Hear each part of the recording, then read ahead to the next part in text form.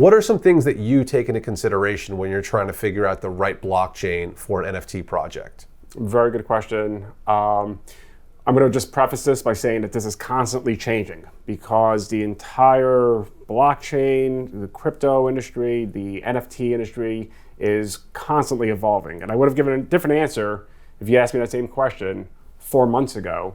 But there's a couple of things that will always hold true. And I'm going to just pick the top things. So number one is, what are the fees of that particular blockchain?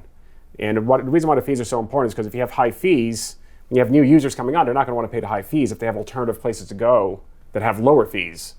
So, you can think of it like and I like to use this analogy, you can think of it like a mall, right? And the oldest mall on the block is Ethereum, right? Ethereum had the first mover advantage. It's the oldest smart contracts platform that's NFT enabled. Started in 2014. That mall is, really exclusive, but it's also really expensive because there's a lot of activity on it. When you have a lot of activity, and you don't have a way to scale, your only option to kind of scale is to disincentivize activity on the blockchain by raising your fees.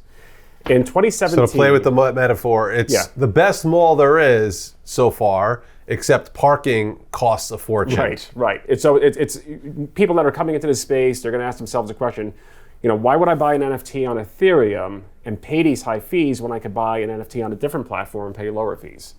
And the way I like to kind of think about fees again is fees could be an inhibitor to new adoption.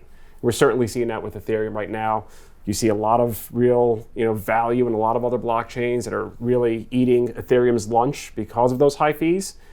Those platforms wouldn't exist. Those blockchains wouldn't exist if Ethereum fees were low, or they wouldn't, benefit from adoption if Ethereum had low fees. And a little bit of a side comment here. Back in 2017, Bitcoin had an incredible amount of activity around the August-September timeframe. There was a lot of trading on the blockchain. Fees went up, and you really saw, looking back, the increase in blockchains like Ethereum, in Litecoin, in other blockchains where people can, move they could sell their Bitcoin, they could move to that blockchain, enjoy really low transfers. The rise of stablecoins happened around that time, right? Enjoy really fast and cheap transfers without necessarily having to do those transfers and paying those high fees on Bitcoin. No one likes fees. No one likes fees. It's a penalty, it's a tax, and it's the reason why we see success in other blockchain projects. So first one is fees. Second one is viability, right? And viability, we can look at it in a couple of ways. Easiest one is how long has a blockchain existed? How decentralized is it? How much of the ethos of creating that blockchain, holds a priority on decentralization, holds a priority on security. Ethereum can boast that it has both, even though I'd argue that architecturally it has some flaws. But what blockchains have crossed the chasm in terms of adoption? And you can look at a Solana and very quickly say, Solana, not decentralized, right? Security, hard to say because it's very hard to audit and independently determine how good their security is. But it's cheap. It's incredibly cheap. It has really good VC backing. It's probably going to last for a very, very long time. So it has that expected viability in terms of the fact that how long will it exist, which is very important. Newer blockchains that are, really kind of conceptual in nature or experimental in nature, that don't solve that problem of fees necessarily, or are using experimental ways, are not going to see as much new adoption as something that's proven itself, like Solana. And you see it you can look at the growth of NFTs and where those NFTs are being created, and there's NFTs that are being created on Ethereum, but not as a faster rate as they're being created on Solana. So if you ask me that question today, which is the best blockchain to create an NFT, I would say it is Solana. Because the other thing is, NFT buyers don't necessarily care about decentralization and security. They just want the JPEG. They just want the token. So then what becomes important is the viability, the long-term viability of the blockchain and the fees. And Solana gets 2 really good marks on that front.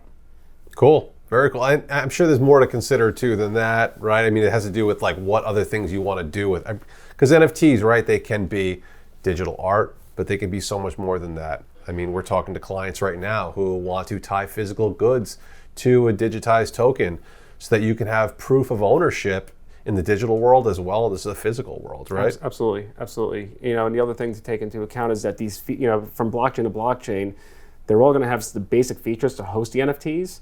You know, but the details and how they do it and you know what you know, again, security, the viability, you know, but also the experience, you know, the ecosystem, how many wallets are compatible with those different blockchains all play a role into, you know, how to choose the right kind of blockchain for your project. Yeah, and it's so exciting because it's constantly evolving, constantly changing. So that's why we're up on this. And go to our website, sascodigital.com, if you want to learn more or talk about a project that you're interested in moving forward on. And we'll see you in the next video.